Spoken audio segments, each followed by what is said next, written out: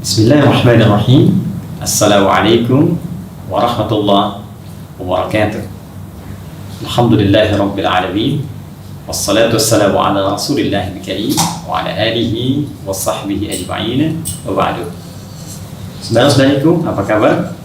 Semoga senantiasa dimuliakan oleh Allah Subhanahu wa taala, diberikan kesehatan yang prima dan tentunya kemampuan untuk memaksimalkan ibadah hingga kita tuntaskan di hari ke-17 bulan Ramadan tahun 1441 Hijrah ini.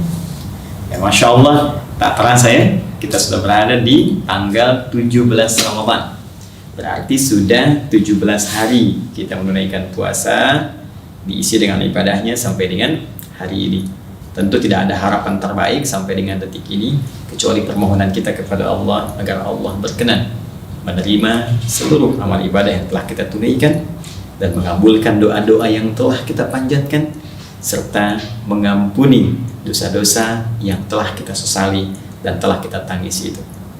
Hari ini akan menjadi spesial dalam pembahasan kita karena akan terkait erat dengan peristiwa yang sangat dahsyat yang banyak dibincangkan oleh para ulama, walaupun sebagian ada ikhtilaf tapi itu kecil, ya, tidak menghilangkan esensi tentang kemuliaannya, yaitu peristiwa tentang nuzul Al-Quran. Baik, nuzul Al-Quran. InsyaAllah saya tuliskan dulu dalam bahasa Arabnya, kemudian seperti biasa kita coba analisis pemaknaannya supaya mendapatkan makna yang lebih lengkap dengan izin Allah Subhanahu wa ta'ala. Baik, nuzul berarti turun, secara singkatnya demikian. Ya. Di kosakata Al-Quran setidaknya ada dua kata, ya, yang menunjukkan makna turun. Ada habata, ya, ada nazala, di nazala yanzilu nuzulan, kata nazala, ya. Ada yang menggunakan kata habata, yahbitu, ha, ba, dan ta, ya. Dua-duanya dimaknai dengan turun. Hanya secara singkat kita bisa bedakan. Jika habata itu bermakna turun secara fisikal untuk beraktivitas, ya, jadi turun secara fisikal untuk beraktivitas, membangun aktivitas, membangun pekerjaan, ya, membangun kreasi dan seterusnya. Itu menggunakan kata habata. Dan menempat, ya, sifatnya menempat. Kita beri contoh, misal Nabi Adam alaihissalam, ya, beserta istri beliau tercinta ketika diperintahkan oleh Allah untuk turun ke bumi memulai aktivitasnya sebagai khalifah. Ya, karena hikmah penciptaan manusia saat Adam pertama diciptakan, ya, di Quran surah ke-15 ayat ke-28, wa idz qala rabbuka lil malaikati inni khaliqun basyara, saat awal diciptakan diberikan fungsi untuk menjadi khalifah di bumi. Quran surah kedua Al-Baqarah ayat ke-30, wa idz qala rabbuka lil malaikati inni ja'ilun fil ardi, bukan fis sama. Ya, ketika Allah infokan Rabbu Muhammad SAW kepada malaikat-malaikat pada saat itu dan sebagian kalangan jin, bahwa Allah akan menugaskan khalifah yang beraktivitas di bumi, ya, fil ardi khalifah. Maka ketika setelah siap Adam alaihissalam, sebelumnya mendapatkan pelatihan di surga sementara sifatnya, ya, bersama istri tercinta, diperkenalkan nikmat-nikmat, diperkenalkan larangan yang harus ditinggalkan, diperkenalkan musuh abadinya, ya, berupa iblis menjelma menjadi setan, ya, sudah tahu semuanya itu, sudah mengerti caranya, ya, kemudian sudah paham konsekuensi kalau mengikuti hukum Allah bagaimana, terpeleset karena godaan setan seperti apa, baru diperintahkan turun ke bumi. Ketika diperintahkan, kalimat yang menggunakan kata habata itu ditemukan diantaranya dalam Al-Quran surah kedua Al-Baqarah ayat 38, ya, paling kanan sebelah atas di mushaf. Qulna bitu minha jami'a, ya, mulai saat ini kata Allah, turun Adam, Hawa, ya, kakek moyang, nenek moyang kita tercinta, turun kalian semua untuk mulai beraktivitas di bumi sebagai khalifah. Karena turunnya secara fisikal, Allah mintakan turun, dengan izin Allah diturunkan, secara fisiknya wujud di muka bumi, kemudian setelah itu beraktivitas, ya, mulai menempuh perjalanan hidup sebagai seorang khalifah, hamba Allah, manusia sekaligus yang diberikan oleh Allah risalah untuk pribadinya. Karena itu disebut dengan nabi. Baik, ini habata. Berbeda dengan nazala tentunya. Ini tidak sama. Nazala sifatnya lebih umum. Ya, umum, keseluruhan yang sifatnya turun. Hanya kalau dalam konteks turunnya Al-Quran, maka bisa dibedakan secara spesifik dengan habata. Jadi bukan secara fisikal seperti tadi, bukan untuk beraktivitas, tapi lebih kepada diturunkan sebagai bimbingan kehidupan, sehingga dari bimbingan itu orang bisa mengambil manfaat, dan dari manfaat itulah kemudian dipraktikkan dalam kehidupan. Itu secara spesifik perbedaan antara nazala, ya, yang lebih umum dibandingkan dengan habata. Namun habata punya spesifik pemaknaan turun secara fisik beraktivitas, sedangkan ini mencakup makna umum, bisa secara fisik, bisa dalam konteks ini pemaknaan Al-Quran, yaitu turun bukan bentuk fisikal, tapi turun dalam bentuk pedoman, turun dalam bentuk bacaan yang tidak ditujukan bacaannya beraktivitas sendiri, tapi memberikan manfaat kepada kita supaya jadi pedoman untuk kita yang beraktivitas. Baik, nanti kita akan lihat paparan ini. Al-Quran, teman-teman sekalian, mesti kita bedakan dulu. Al-Quran, ada yang mengatakan ulama nama tersendiri, spesifik. Karena itu menggunakan alif lam, at-ta'rif, untuk menunjukkan spesifik yang ini bukan yang lain. Nah, jadi ini menunjukkan firman Allah Subhanahu wa Ta'ala spesifik, beda dengan firman-firman yang lain yang sebelumnya, ya, beda dengan karya-karya bacaan-bacaan makhluk yang tidak mungkin disamakan dengan firman Allah Subhanahu wa Ta'ala. Ya, beda kemuliaannya, beda keutamaannya. Karena itu disebutkan langsung dengan alif lam menunjuk spesifikasinya.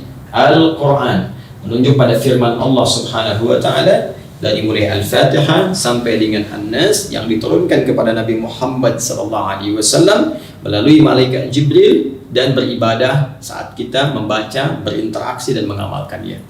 Baik, teman-teman sekalian, ini Al-Quran.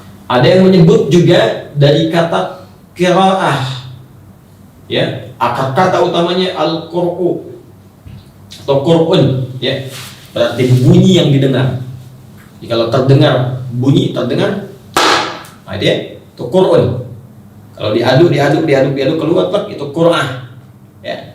Nah, kalau sengaja diperdengarkan bisa Bismillahirrahmanirrahim, jadi qiraah, ya, jadi qiraah seperti ini.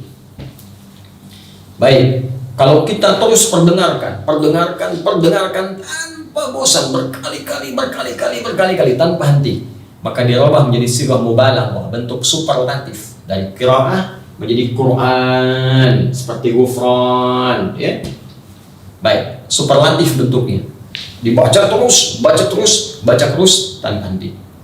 Hanya kalau kita ingin menunjuk yang ini bukan yang lain, keistimewaannya spesifik, beda dengan bacaan-bacaan biasa. Walaupun yang lain bisa dibaca sekali, 2 kali, 3 kali, bisa bosan. Tapi yang ini tidak, dibaca berkali-kali, nggak pernah bosan. Sifatnya spesifik, keutamaannya istimewa. Maka tunjukkan dengan alif lam untuk menunjuk perbedaannya. Al, ya, jadi ma'rifah. Yang ini bukan yang lain. Mirip-mirip dengan ini, tapi ini menunjuk kepada akar kata. Kalau yang ini nama tersendiri, ismun. Kalau yang ini musamma, terambil dari urutan-urutan akar katanya. Maka seakan-akan penamaan Al-Quran ingin memberikan pesan bahwa pertama, Al-Quran adalah firman yang mengandung mukjizat, akan terus dibacakan tanpa bosan. Dan ini terbukti. Silakan Anda cek. Ya, orang Islam sampai sekarang berapa usianya? Dari sejak balik, bahkan sebelum balik, dia sudah baca Al-Quran sehari 17 kali. Pasti itu. Kalau Anda baca sehari 16 kali, berarti sholat subuhnya cuma 1 rakaat. Ya, karena sehari kita sholat 17 rakaat, bukankah setiap rakaatnya Al-Fatihah dibaca? Siapa yang bosan baca Al-Fatihah sampai sekarang? Bukankah Al-Fatihah Al-Quran? Nggak ada orang bosan, nggak ada orang pusing baca Al-Fatihah. Yang ada sakit, baca Al-Fatihah bisa sembuh. Karena itu disebut dengan Asy-Syafi, okay? Yang menyembuhkan dengan izin Allah Subhanahu wa Ta'ala. Ya, baik. Sekarang kembalikan ke sini. Pokok bahasannya adalah, jika kita kembalikan ke sini, maka yang disebut dengan Al-Quran kalau mengambil kepada aspek suara, maka itu yang disebut bunyi atau suaranya, firman dalam bentuk bunyinya. Ya, alhamdulillahi rabbil alamin arrahmanir rahim. Itu suara, bunyi yang terdengar. Jadi yang dimaksud Al-Qur'an ketika dilafadzkan bunyinya. Kalau dituliskan, ya, kalau dituliskan dalam bentuk di antara dua jilid, isinya semua firman Allah Subhanahu wa taala dituliskan, tutup di antara dua jilid, maka dinamakan dengan mushaf namanya. Ya, mushaf. Jelas? Kalau kita baca dari awal sampai akhir, sempurna, susunannya sempurna, rapi, bagus, tidak ada aibnya, bunyinya bagus, maknanya sempurna, indah. Begitu diamalkan, bimbingannya jelas semuanya. Ya, runtutannya bagus, termasuk di mushafnya.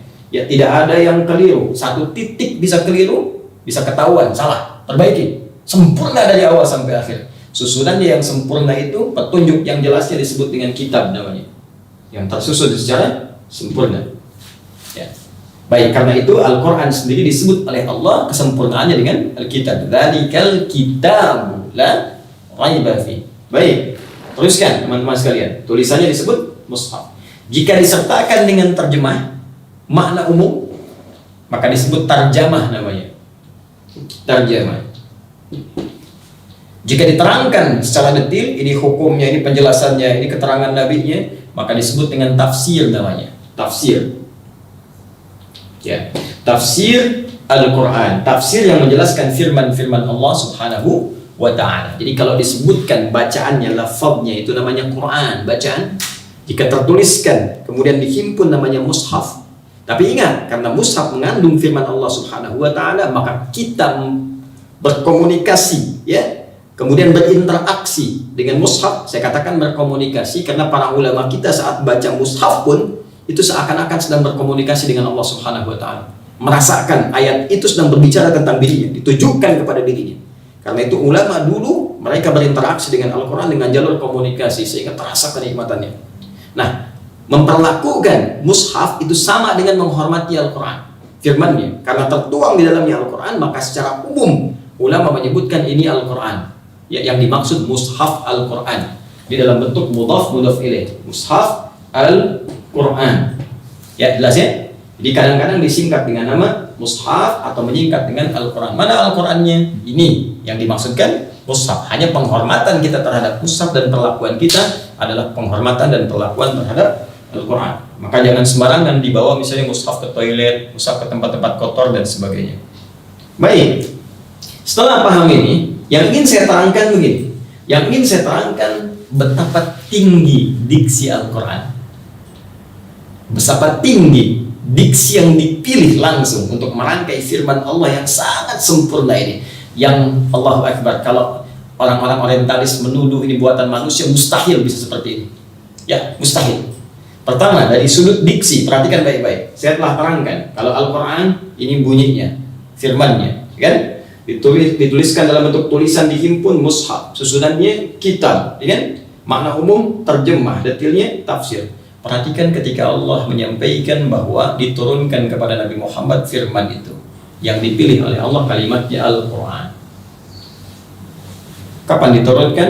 Ramadan. Quran surah kedua ayat 185. Perhatikan firman Allah, Syahrul Ramadan alladzi unzila fihil Quran. Di bulan Ramadan yang sangat mulia itu, yang diwajibkan kita berpuasa, diturunkanlah Al-Quran kepada Nabi Muhammad sallallahu alaihi wasallam. Jika yang Allah katakan unzila fihil mushaf, maka bentuknya tulisan. Langsung. Ya? Ini yang saya ingin maksudkan. Jelas? Tapi ketika disampaikan Al-Quran yang turun firmannya, ya, yang turun kalimat-kalimatnya, dan dahsyatnya kalimat itu bisa disimpan, dimasukkan dalam jiwa kita untuk dihafalkan, sehingga tanpa mushaf pun ini bisa dibawa dalam kehidupan kita. Allahu Akbar. Ke kantor bawa Quran, ya, ke kampus bawa Quran, mau tidur Quran hadir dalam jiwa. Ya, itulah keindahan ketika Allah menurunkan firman-Nya dengan bahasa Al-Quran. Satu. Namun bukan ini yang akan kita ulas dengan lebih dalam. Ini baru pemaknaan saja. Ya, dan tentunya akan lebih detail kalau waktu kita lebih panjang daripada ini. Yang ingin saya sampaikan adalah apa istimewanya Al-Quran ini? sampai menjadi pembahasan yang sangat utama. Teman-teman sekalian, ada hal yang sangat luar biasa di balik turunnya Al-Quran ini yang akan kita bagi kepada dua bagian utama. Satu, tentang keistimewaan Al-Quran yang langsung diberikan isyarat oleh Allah Subhanahu wa Ta'ala, saking istimewa dan agungnya tidak diturunkan oleh Allah Al-Quran ini kecuali bersanding dengan semua hal yang juga istimewa. Mari kita lihat. Satu, dari segi waktu, ya. Yang kedua, dari segi pilihan Rasul. Baik. Yang ketiga, kita turunkan dari segi pilihan malaikat, Rasulus Sama. Kita batasi dulu sampai di sini, ya. Atau kalau mau tambahkan, dari segi keutamaan mukjizat yang terkait dengan pahala, ya. Jadi kalau dulu mukjizat para nabi, para rasul terkait menunjukkan kehebatan dan kebenarannya sebagai seorang rasul, buktinya mukjizat. Apa buktinya Anda rasul? Mukjizat. Apa mukjizatnya? Bagi Musa tongkat, ya, yang berubah jadi ular yang besar, bisa kemudian membelah lautan dan seterusnya. Nabi Isa punya mukjizat tersendiri. Ya, hanya apakah mukjizat itu saat bersamaan melahirkan pahala? Belum tentu. Apakah mukjizat itu saat bersamaan memberikan manfaat langsung kepada umat sampai hari kiamat? Belum tentu. Sekarang kita lihat Al-Quran. Dari segi waktu, Allah memilih waktu terbaik untuk menurunkan Al-Quran kepada Nabi Muhammad SAW saat diturunkan itu di bulan Ramadan. Ya, silahkan Anda cek teman-teman sekalian. Dari 12 bulan, setahun 12 bulan yang kita lalui, terutama bulan Hijriyah, ketika Al-Quran diturunkan dipilih bulan yang terbaik, bulannya bulan Ramadan. Di sana banyak pahala berlimpah seperti kita rasakan saat ini. Tenang kita menunaikan ibadah, ya, menyatu kita dalam ukhuwah Islamiyah, maghfirah kita dapatkan. Begitu turun Al-Quran dipilih bulan yang sangat baik. Allahu Akbar. Baik, dari segi waktu. Kedua, Rasul yang dipilih pun oleh Allah Subhanahu wa Ta'ala bukan Rasul biasa, tapi Rasul yang paling istimewa. Allah tidak memilih Nabi Sulaiman alaihissalam, Allah tidak memilih sebelumnya Nabi Ibrahim alaihissalam, Allah tidak memilih kemudian Nabi Musa alaihissalam, Nabi Isa alaihissalam, tapi yang dipilih Rasul yang paling utama, Muhammad sallallahu alaihi wasallam. Yang sebelum Nabi Muhammad bahkan terlahir ke muka bumi, semua para Nabi dan Rasul diminta perjanjian oleh Allah, ditampakkan tanda-tanda kenabian Muhammad SAW, dan diambil perjanjian dengan semua Rasul, diambil perjanjian dengan semua Rasul untuk membaiat Nabi jikalau Nabi Muhammad kemudian terlahir di masa mereka, dan diminta untuk ikut syariat Muhammad SAW, bahkan menolong dakwahnya. Itu diabadikan dalam Al-Quran surah ketiga Ali Imran ayat ke-80, ya, paling kiri agak sedikit ke bawah, ya. Wa idh akhadallahu mitsaqan nabiyyin lama ataitukum min kitabin wa hikmatin thumma ja'akum rasulun musaddiqun lima ma'akum, ya, la tu'minunna bihi wa la tansurunna qala aqrartum ala dhalikum isri qalu aqrarna qala fashhadu wa ana ma'akum minasyahidin. Ya, kata Allah, dan ingatlah ketika Allah mengambil perjanjian dengan semua nabi yang bertugas di muka bumi, ya, ketika diberikan kepada mereka kitab khusus, hikmah ilmu, ya, hikmah kebijakan, hikmah amal-amal soleh jadi teladan untuk umatnya, sampai diambil perjanjian ketika datang nanti satu orang Rasul yang spesial, seorang Rasul yang utama yang akan membenarkan risalah kalian, dan dia membawa syariat nanti. Kata Allah, kalian harus beriman kepadanya, ikut syariatnya, tolong dia dalam dakwahnya. Apakah kalian mau menyaksikan itu? Komitmen dengan saya? Mereka berkata, kami berkomitmen ya Allah, kami bersaksi. Allah kemudian menyampaikan, fashhadu ana ma'akum minasyahidin. Maka saksikan, aku menjadi saksi bagi komitmen kalian semua. Satu-satunya nabi yang belum terlahir ke bumi, tapi semua nabi yang pernah bertugas di bumi dibuat komitmen oleh Allah untuk menolongnya, Nabi Muhammad SAW. Karena itu Nabi Ismail, Nabi Ibrahim memberikan isyarat kemuliaannya, diabadikan di Al-Baqarah itu ayat 129. Nabi Isa alaihissalam memberikan isyarat kemuliaannya, diabadikan di surah As-Saff ayat ke-6 itu, dan seterusnya. Tidak ditunjuk untuk diberikan firman Al-Quran ini kecuali pada Rasul yang mulia. 3, kita belum selesai. malaikat yang diutus untuk menurunkan Al-Quran dengan izin Allah Subhanahu wa Ta'ala. Di antara sekian malaikat ditunjuk yang paling mulia, Jibril. Anda bayangkan, ketika Al-Quran diturunkan lewat malaikat Jibril, naik pangkat Jibril menjadi Ruhul Amin, Sayyidul Malaikat, pemimpin para malaikat. Ya, setiap nabi, rasul di bumi punya rasul teman di langit. Rasul itu utusan Allah, malaikat diutus ya oleh Allah untuk bisa berinteraksi dengan nabi, meringankan tugasnya di bumi. Ya, setiap nabi punya teman malaikat sendiri. Nabi Musa temannya siapa? Malaikat maut. Ya, pada masa itu. Tapi ketika datang Nabi Muhammad, diturunkan Al-Quran, ditunjuk Jibril alaihissalam. Naik status langsung, ini Sayyidul Malaikat, pemimpin para malaikat. Allahu Akbar. Naik pangkat kalimatnya Ruhul Amin. Karena itu ketika malam Al-Qadar itu tiba, malaikat yang lainnya disebutkan umum, malaikat yang ini spesifik roh. Allahu Akbar. Ya, tanazzalul malaikatu warruhu fiha biidzni rabbihim. Turun para malaikat spesial dipimpin oleh Ruhul Amin. Ya, malaikat Jibril. Ya. Ini pemimpin para malaikat, naik status. Baik, ketika diturunkan, ini menjadi mukjizat. Sebagian tadi telah saya sampaikan. Apa di antara mukjizatnya? Nggak usah tinggi-tinggi, ya. Orang baca Al-Quran, nggak ada orang bosan. Silakan cek sampai sekarang. Isinya terjaga dengan sempurna, maknanya begitu dalam, tak bisa ditandingi oleh siapapun. Ya, Anda baca Al-Quran, teman-teman sekalian, 1, 2, 3, 4 baca novel bisa bosan. Al-Quran tidak. Cuma karena Quran ibadah, setan berperan. Makanya baca Al-Quran, baca novel-novel, baca majalah 3 jam bisa bertahan. Al-Quran 3 menit bisa ngantuk. Cuma gak pernah bosan. Jelas ya? Dalam luar biasa, mukjizatnya indah, berisi perkara-perkara yang bahkan belum pernah ditemukan manusia, baru disadari kemudian hari. Dan itu sudah terbukti pada saat ini. Tapi saya tidak ingin bicara yang itu. Saya ingin bicara semua mukjizat ini ternyata melahirkan pahala yang dahsyat untuk pembacanya.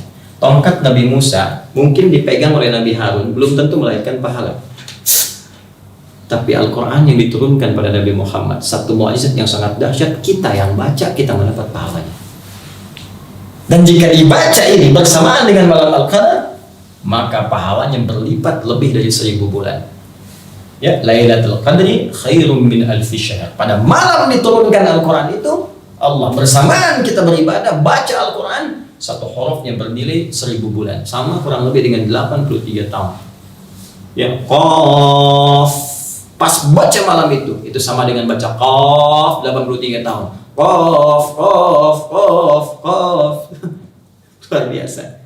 Jadi ini yang paling dahsyat dari Al-Quran, ketika ia diturunkan punya nilai keistimewaan yang tadi disebutkan. Nah sekarang yang ingin saya maksudkan pengertian terbaliknya.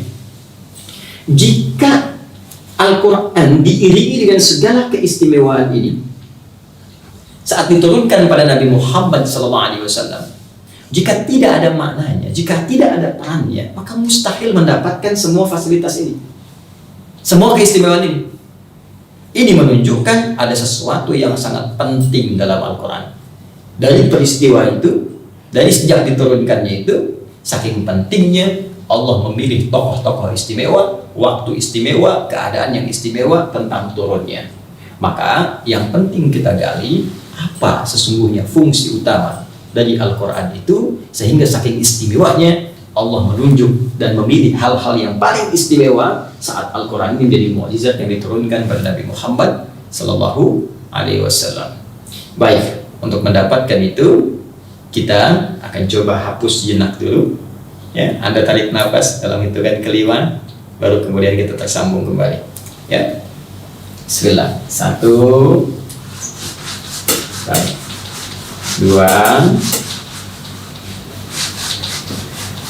3, 4, 5. Baik. Saya akan agak pelankan lagi supaya kita bisa lebih fokus. Teman-teman, tadi kita telah bicara tentang makna. Kemudian yang kedua tentang keistimewaan. Dan sekarang yang terakhir kita ingin bicara tentang fungsi Al-Quran. Saking istimewanya fungsi ini, sampai Allah memilih perangkat yang paling spesial dalam turunnya Al-Quran. Apa fungsinya? Karena mustahil ada sesuatu yang istimewa tidak dilekatkan dengan fasilitas-fasilitas yang bagus. Bukankah kelas VIP atau VVIP, tempatnya tempat yang bagus, diiringi oleh orang-orang terbaik, dikawal dengan orang-orang yang paling spesial? Mustahil ada semua fasilitas itu kecuali menunjuk keutamaannya. Sekarang, apa fungsi Al-Quran yang paling utama? Yang dengan fungsi itu turun semua keistimewaan tadi. Kita lihat uraian ini, Quran surah kedua ayat 185. Kita teruskan, dan ini paketnya satu kesatuan dengan paket Ramadan. Allah berfirman, Syahrul Ramadan alladzi unzila fihil Quran. Di bulan Ramadan itu yang kita diwajibkan puasa pada saat itu, diturunkanlah Al-Quran. Ayatnya belum selesai. Hudal linnas. Adapun fungsi dari turunnya Al-Quran itu kata Allah, hudal linnas. Hudal linnas. Sebagai pedoman hidup untuk semua manusia tanpa kecuali sejak ia diturunkan. Dari sejak periode Nabi SAW sampai kehidupan berakhir. Ya, siapa yang ingin hidupnya mendapatkan petunjuk pedoman langsung dari pencipta kehidupan, maka sumbernya ditemukan dalam Al-Quran. Hudan itu maknanya bisa luas. Kalau teman-teman ikuti kajian tafsir kami di mingguan, ya setiap malam Jumat itu pekanan, ya Anda bisa membahas dengan tuntas dan menyimak itu semua. Ini bisa berarti petunjuk yang memudahkan pada sesuatu. Ini bisa berarti jalan menuju kesuksesan. Ini bisa berarti pedoman untuk meningkatkan motivasi dalam ibadah. Ya. Ini bisa berarti kemudahan yang dihadirkan saat kita ingin mengatasi kesulitan. Kita bisa katakan solusi dari setiap persoalan. Demikian diantara makna-makna terkait dengan hudan. Petunjuk, sukses, motivasi meningkatkan ibadah, solusi dari setiap persoalan. Jadi secara singkat, ternyata isi Al-Quran itu dari Al-Fatihah sampai dengan An-Nas itu bukan bacaan biasa. Walaupun memang kita diminta untuk membaca, karena untuk tahu isi sebuah pedoman, isi sebuah petunjuk, mustahil kalau nggak baca. Anda beli kulkas, ingin tahu bagaimana cara mengoperasikannya, bukankah Anda lihat petunjuknya, pedomannya? Kalau Anda nggak bisa baca, Anda nggak bisa operasikan kulkasnya.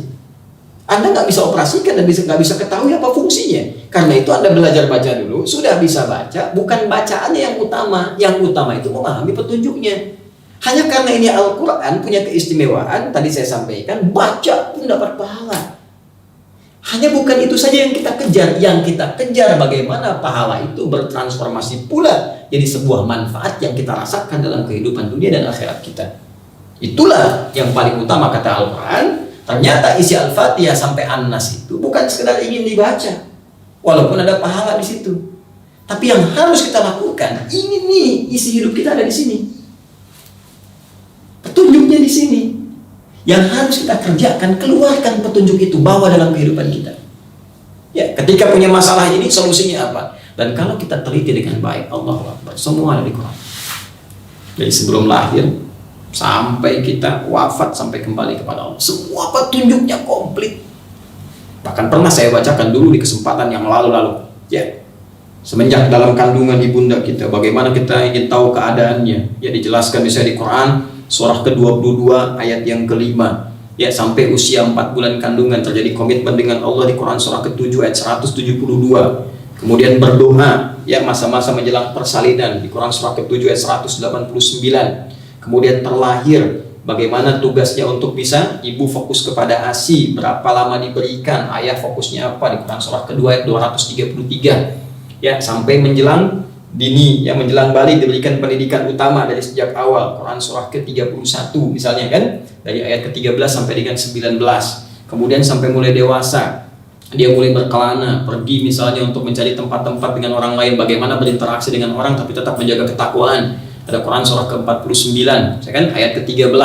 Kemudian dia mulai belajar dengan serius, harus paham isinya. Quran surah ke-9 ayat 122. Ya. Kemudian dia mulai belajar, dia tambahkan, ingin imannya semakin meningkat, ilmunya juga kuat, ya. Maka bisa dibuka Quran surah ke-58 ayat yang ke-11. Setelah itu mulai tiba masanya, mulai senang dengan pasangan hidup, ya, ingin menikah. Jangan kebanyakan Anda bertindak yang tidak tepat. Kalau berani Anda lamar. Kemudian cara melamarnya, berikan yang terbaik. Quran surah ke-4 ayat yang keempat. Kemudian menikah, turun bimbingan Quran surah ke-30 ayat 21. Sampai berumah tangga, belajar dulu, ini tugas suami, ini tugas istri, supaya paham apa persoalan yang akan dihadapi. Quran surah ke-4 ayat 34-nya.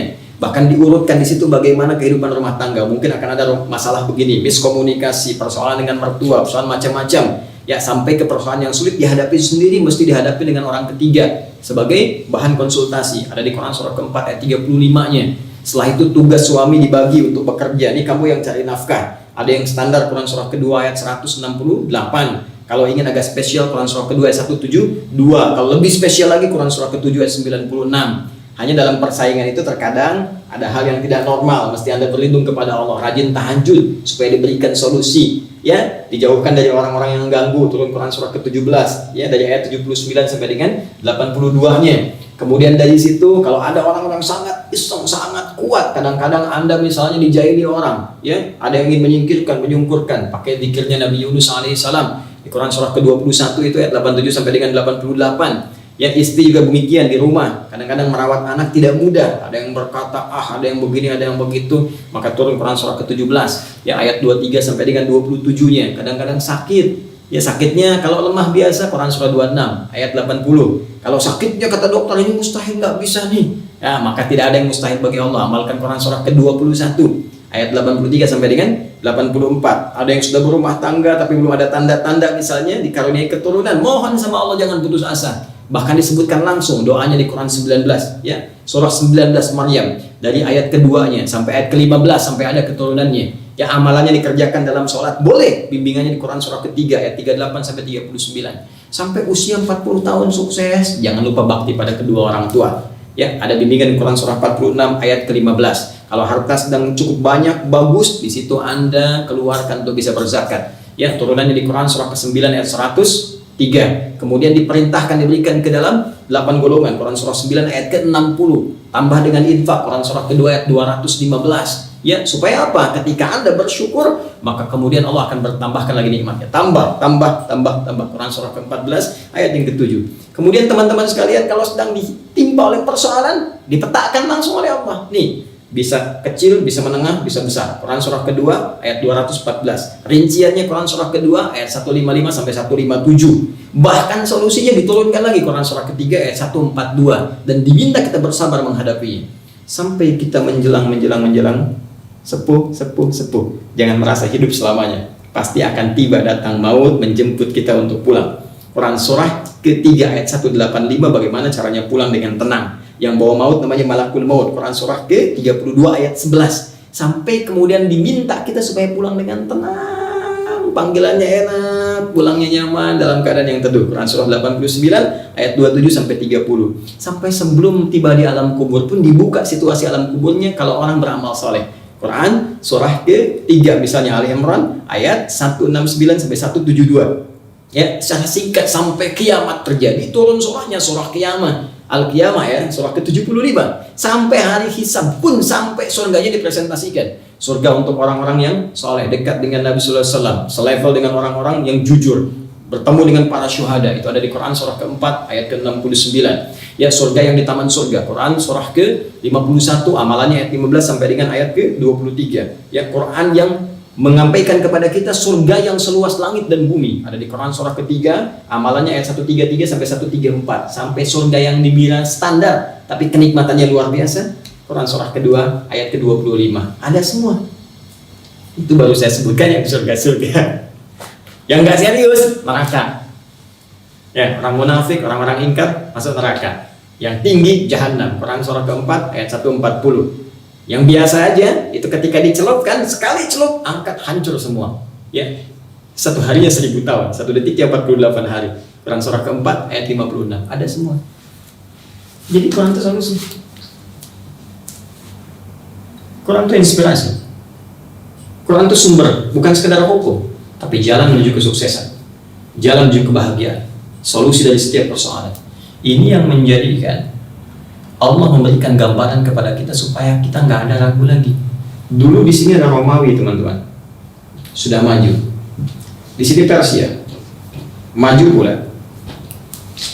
Ya, di sini Bizantium, di sini kekaisaran Romawi. Dua-duanya maju. Tengah-tengahnya tempat yang tenggelam, jahiliyah. Keburukan kumpul di sini, peradaban jangan diharapkan, ilmu pengetahuan tenggelam, anarkisme sangat bertebaran, semua puncak titik nadirnya, bahkan di bawah itu. Saya katakan sekali lagi, Allah tidak menurunkan tongkat Nabi Musa atau mukjizat dahsyat Nabi Isa untuk mengobati dan mengungguli Romawi Persia. Tapi Allah menurunkan Al-Quran untuk mengangkat jahiliyah, bertransformasi, berubah menjadi khairul ummah. Tiba-tiba dengan Al-Quran mereka jadi umat yang bisa mengalahkan Romawi, mengungguli Persia. Tumbuh bikin peradaban. Biasanya peradabannya itu disebutkan dengan peradaban daerah, kota, tempat. Ya kan? Yunani, peradaban Yunani. Mesir, peradaban Mesir. Peradaban Mesir kuno, Yunani, Babilonia. Tapi ini menarik. Bukankah yang punya peradaban dulu dari Arab, tapi nggak pernah ada sampai sekarang peradaban Arab? Yang ada peradaban Islam. Peradaban Islam di Spanyol, peradaban Islam di Irak, peradaban Islam di wilayah Arab, Persia, dan sebagainya. Dari mana sumbernya? Al-Quran. Maka dari itu, saya ingin mengajak kepada kita semua untuk memosisikan Al-Quran bukan sekadar bacaan biasa, tapi sebagai pedoman di hidup kita. Cara menurutkannya secara singkat, keluarkan sesuai dengan passion dan kebutuhan kita.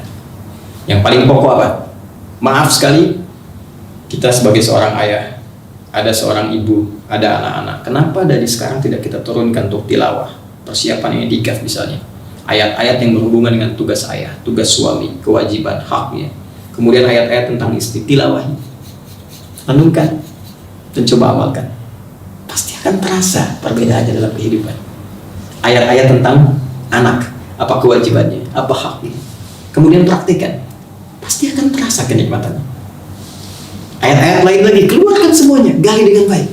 Ya, tentang pekerjaan, tentang rezeki, tentang ini, tentang itu. Mungkin masalah kita ini belum pernah tuntas, padahal benar sudah berlimpah. Bukan karena kita kurang hebat, kita kurang belajar petunjuk dari yang tepat.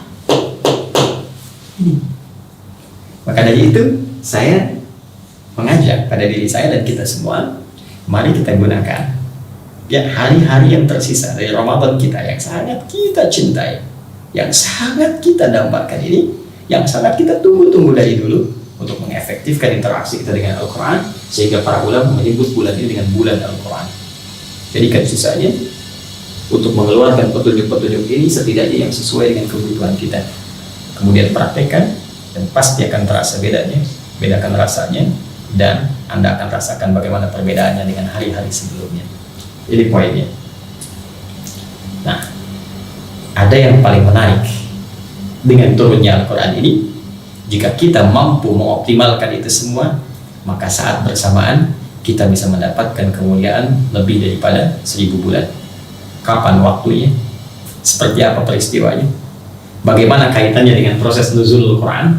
Apakah turun sekaligus pada Nabi? Atau turun berangsur-angsur? Apa yang disebut nuzulul Quran? Apa kaitan dengan yang istimewa tadi? Insya Allah itu akan kita uraikan dalam edisi Aku Suka esok hari di hari ke-18 Ramadan 1441 Hijrah. Saya kira ini yang bisa disampaikan menjelang kita berbuka. Semoga Allah menerima siam kita dan seluruh ibadah kita dan melembutkan hati kita untuk bertobat di hadapan Allah dan meningkatkan amal saleh sebelum berpulang kepada Allah Subhanahu wa taala. Subhanakallahumma wa bihamdika asyhadu an la ilaha illa anta astaghfiruka wa atubu ilaik. Wa akhiru da'wana alhamdulillahi rabbil alamin. Assalamualaikum warahmatullahi wabarakatuh.